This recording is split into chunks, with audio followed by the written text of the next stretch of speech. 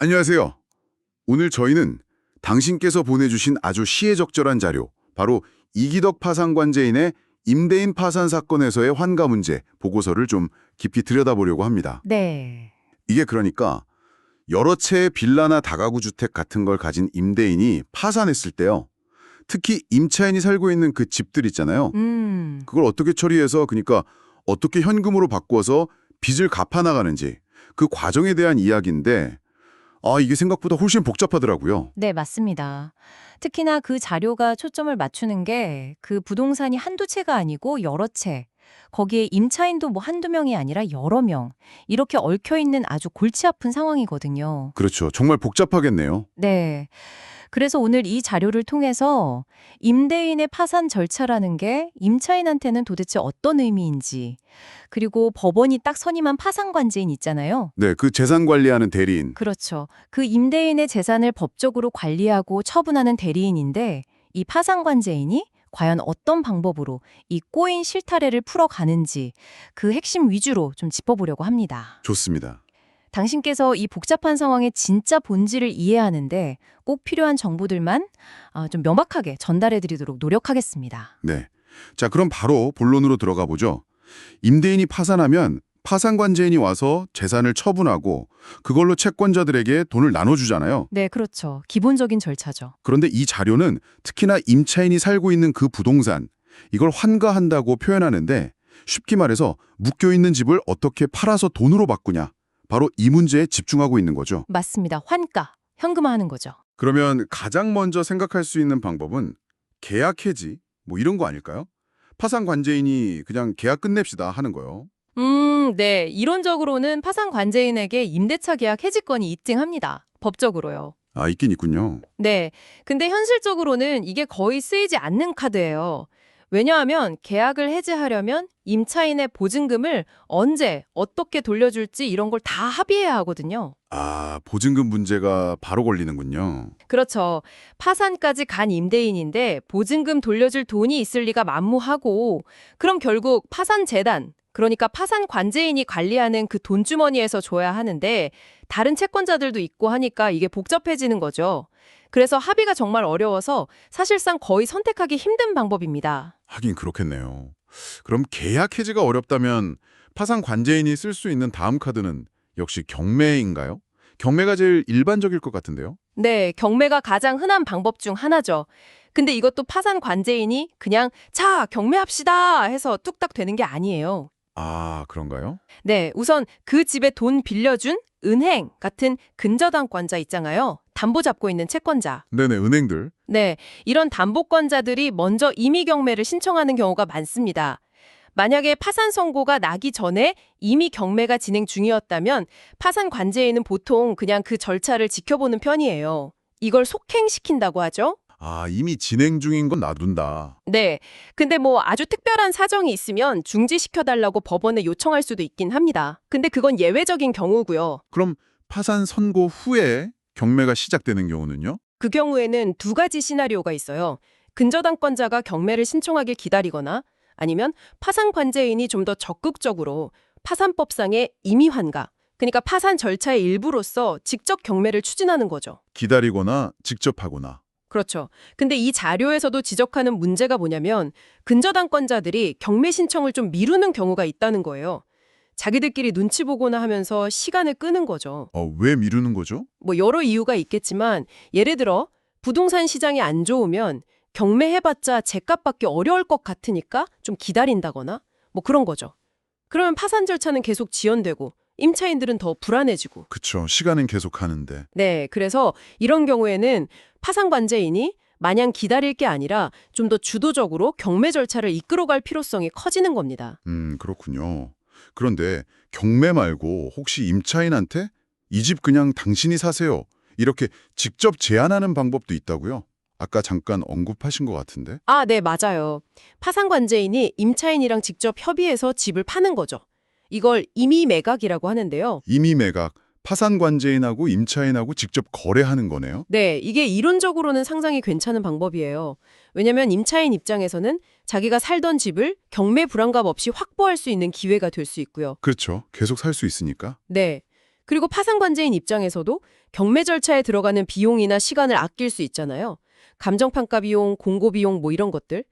그래서 좀 더 신속하게 재산을 현금화할 수 있다는 장점이 있죠. 법원 판례도 이런 방식의 매각을 인정하고 있고요. 그럼 이게 제일 좋은 방법 아닌가요? 왜 이걸 항상 안 하는 거죠? 근데 이게 또 맞는 해결책은 아니에요.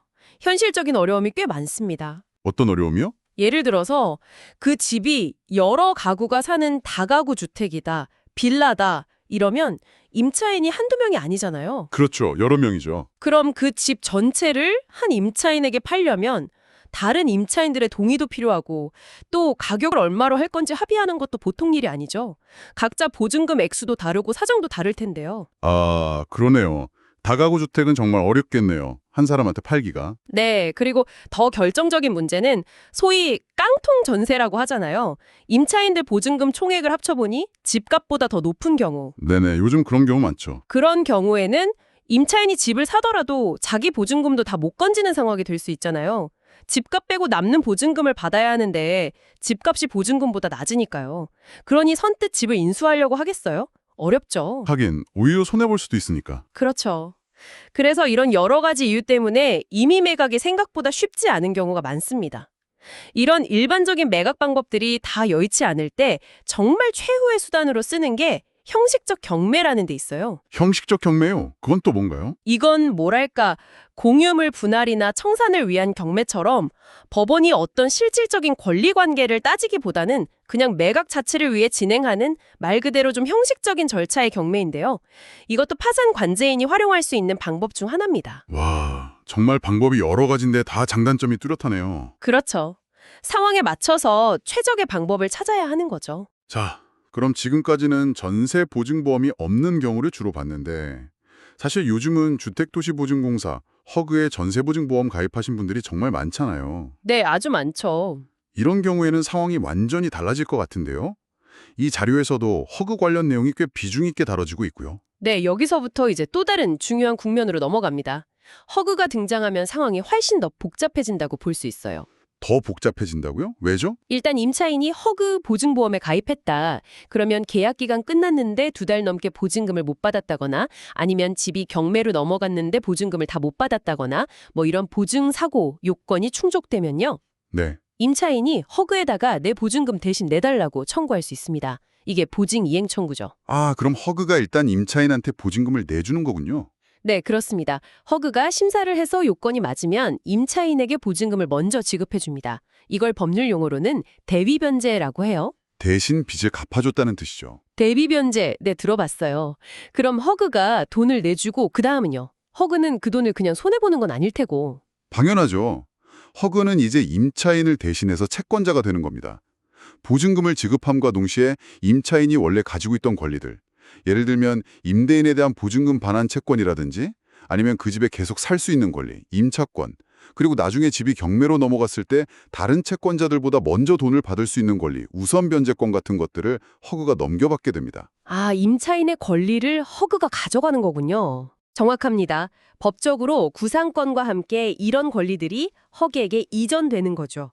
그러고 나면 허그는 이 권리들을 바탕으로 해서 직접 그 집을 강제 경매에 넘기거나 아니면 이미 진행 중인 파산 절차에 채권자로서 참여해서 자기들이 지급한 보증금을 회수하려고 노력하게 됩니다. 그럼 파산관제인 입장에서는 HUG라는 아주 큰 새로운 상대방이 등장하는 거네요. 그렇죠. 개인 임차인 여러 명을 상대하는 것과는 또 다른 차원의 문제가 되는 거죠. 허그는 자금력도 있고 법률 전문가들도 있으니까요. 그래서 파산관세인은 이 HUG와 어떻게 협력할지 또는 때로는 어떻게 줄다리기를 해야 할지를 고민해야 하는 상황이 되는 겁니다. 이야, 이거 정말 얽히고 설키네요. 그런데 자료를 보니까 더 흥미로운 점이 있던데요. HUG가 아예 그냥 파산관제인으로부터 그 집을 직접 사들이는 사업도 있다는 거예요.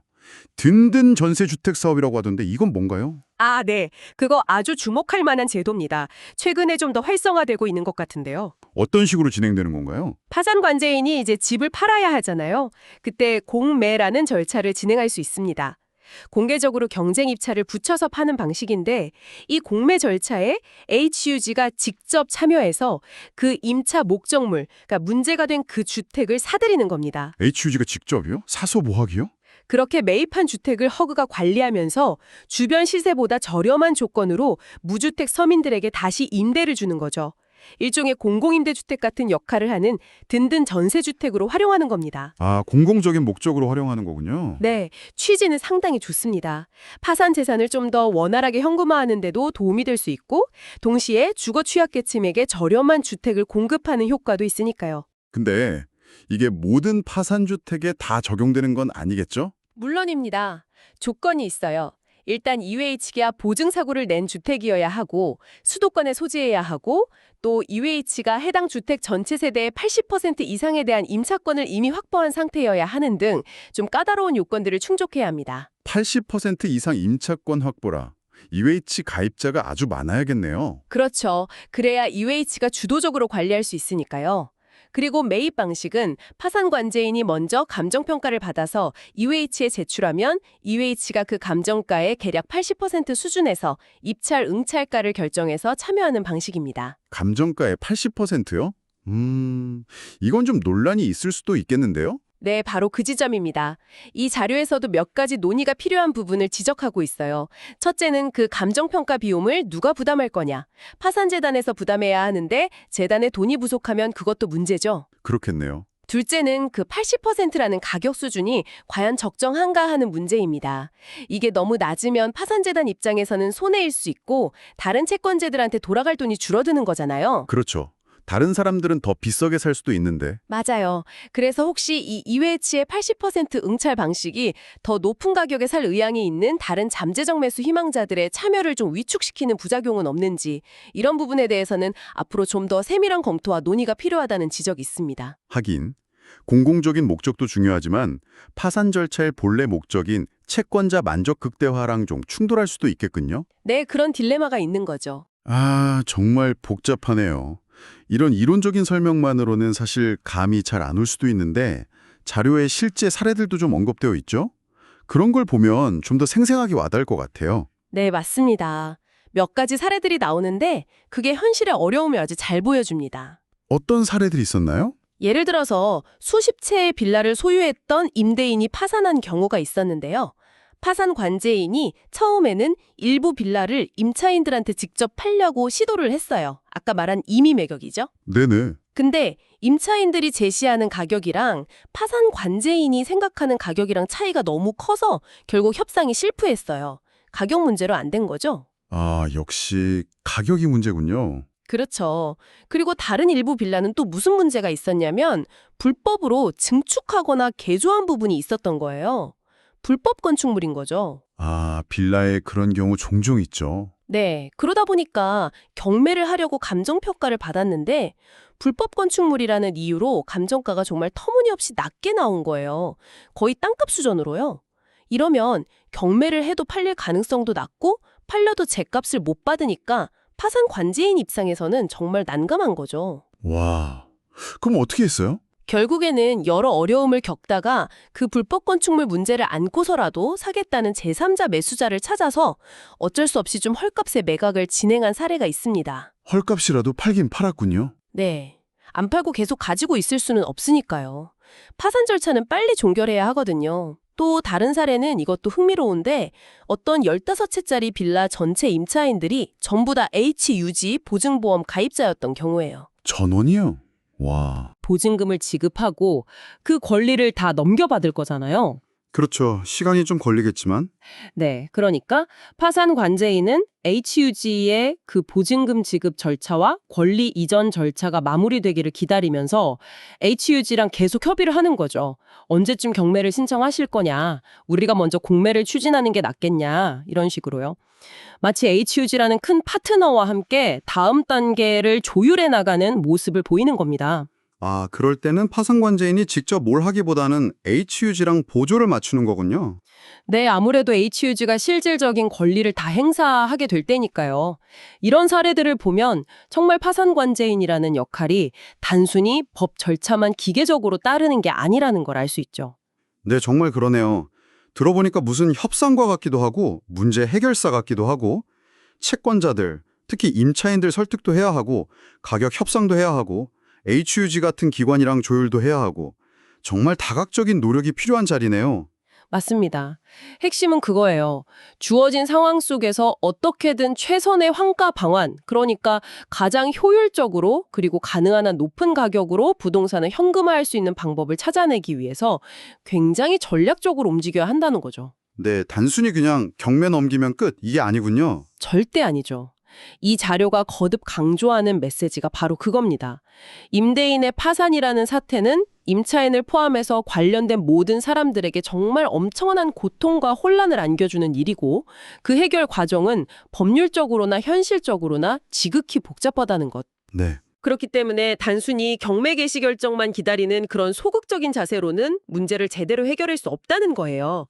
감정평가서를 받으면 그게 적정한지 꼼꼼히 검토하고 때로는 이해도 제기하고 채권자들 모아놓고 설명하고 설득도 하고 또 허그 같은 기관과는 적극적으로 협상 테이블에 나서고 이런 파산관제인의 능동적이고 어떻게 보면 창의적이기까지 한 환가 노력이 결과적으로 채권자들의 피해를 줄이는 데 결정적으로 중요하다는 점을 이 보고서는 이야기하고 있는 겁니다. 네, 오늘 이그덕 파산관제인의 자료를 통해 임대인 파산 시의 환가 문제 정말 깊이 있게 살펴봤습니다. 파산관제인의 다양한 노력과 또 HUG의 역할까지 짚어봤는데요.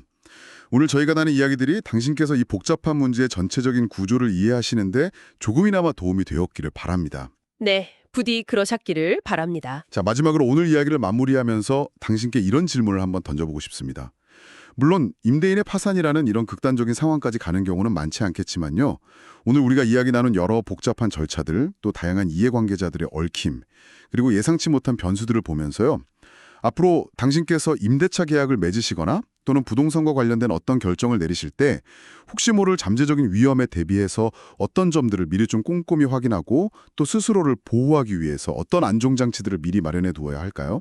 한번 좀 고민해 보시면 좋겠습니다. 네, 중요한 질문인 것 같습니다. 다음에 저희는 더 흥미로운 분석과 통찰로 다시 찾아뵙겠습니다. 고맙습니다. 감사합니다.